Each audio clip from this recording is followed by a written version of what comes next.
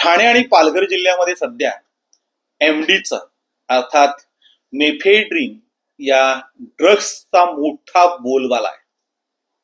पूर्वी या दोन्ही जिल्ह्यांमध्ये गांजा, चरस, अफू, कोकेन आणि नशा करणाऱ्या इंजेक्शनची चलती होती.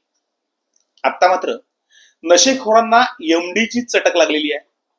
इतर नशिल्या पदार्थांपेक्षा 20 पट अधिक किमतीला विकल्या जाणाऱ्या या अंमली पदार्थाने गरिबांपासून तर श्रीमंतांपर्यंत सर्वांना वेड लावलेला आहे. विशेष म्हणजे पैशांच्या हव्यासा पोटी अनेक उच्चभ्रू घरातील उच्च शिक्षित तरुणही या एमडीचे विक्रेते बनलेले आहेत. या पेडलर्स मध्ये अनेक तरुण आणि तरुणींचा समावेश आहे. ते बिनदिक्कतपणे या ड्रगची तस्करी करतात. हे दोन्ही जिल्ह्यांतील काही फार्म हाऊस, बंद कंपन्या, पडीक बंगले किंवा इतर रहिवाशी इमारतींमध्ये या एमडी बनवण्याचे कारखाने सुरू झालेले आहेत. जे एमडी अर्थात मेफेड्रीन बनवायला काही फार मोठी जागा लागत नाही. त्याच्यामुळं बंद असलेले फ्लॅट असतील, गोडाऊन्स असतील, लहान खोल्या असतील, या लहान लहान खोल्यांमध्येही आता हे एमडीचे कारखाने सुरू झालेले आहेत. इतर नशिल्या पदार्थांपेक्षा नशा चढण्याचं प्रमाण हे एमडी मध्ये कैकपट. त्याच्यामुळं हा अंमली पदार्थ सर्वात जास्त सध्या या जिल्ह्यामध्ये वापरला जातोय. हा पदार्थ बनवताना नैसर्गिक वातावरण ज्याला गरज लागत नाही, अफू गांजासारखी, हा मानव निर्मित आहे आणि याचा खप खूप मोठ्या प्रमाणावर असल्याने तो बनवलाही त्याच प्रमाणात जातो. आता या एमडीच्या विक्रीसाठी सोशल मीडियाचाही वापर केला जातो. जे टेलिग्राम असेल, स्नॅपचॅट असेल किंवा इंस्टाग्राम यासारखे जे ऍप आहेत, या ऍप्सवर कोडवर्ड वापरून त्याची विक्री केली जाते. या एमडीची एकदा चटक लागली की ती सुटत नाही. माणूस व्यसनाधीन बनतो. 10 ते 15 हजार रुपये प्रति ग्रॅम दराने ही एमडीची पावडर विकली जाते आणि तरीही तरुण ती विकत घेतात, हे विशेष आहे.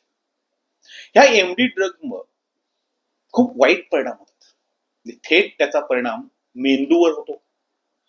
तीव्र नैराश्य येतं, भीती वाटते, हृदयाचे ठोके अनियंत्रित होतात, कधी कधी मृत्यूही होतो.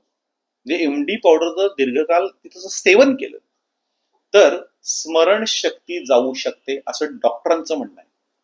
आणि एवढे मोठे दुष्परिणाम असताना सुद्धा तरुण तरुणी ही एमडी ड्रग्ज घेतात, हे विशेष. आता एवढे वाईट परिणाम होणाऱ्या या एमडीच्या विक्रीवर शासनाने आधीच अनेक बंधनं घातलेली आहेत. अगदी ड्रगची तस्करी केलेल्या लोकांना मोका लावण्यापर्यंत मजल गेलेली आहे. आणि तरी सुद्धा बिनदिक्कतपणे ड्रग्स बनवली जाते आणि ड्रग्स विकलीही जाते. खर तर हे पोलिसांचं अपयश म्हणावं लागेल. जी गोष्ट गाव खेड्यातील सामान्य माणसांना माहिती आहे, शाळा कॉलेजमधील विद्यार्थ्यांना माहिती आहे, ती गोष्ट स्थानिक पोलिसांना का माहित नाही, असे प्रश्न सातत्याने विचारले जातात.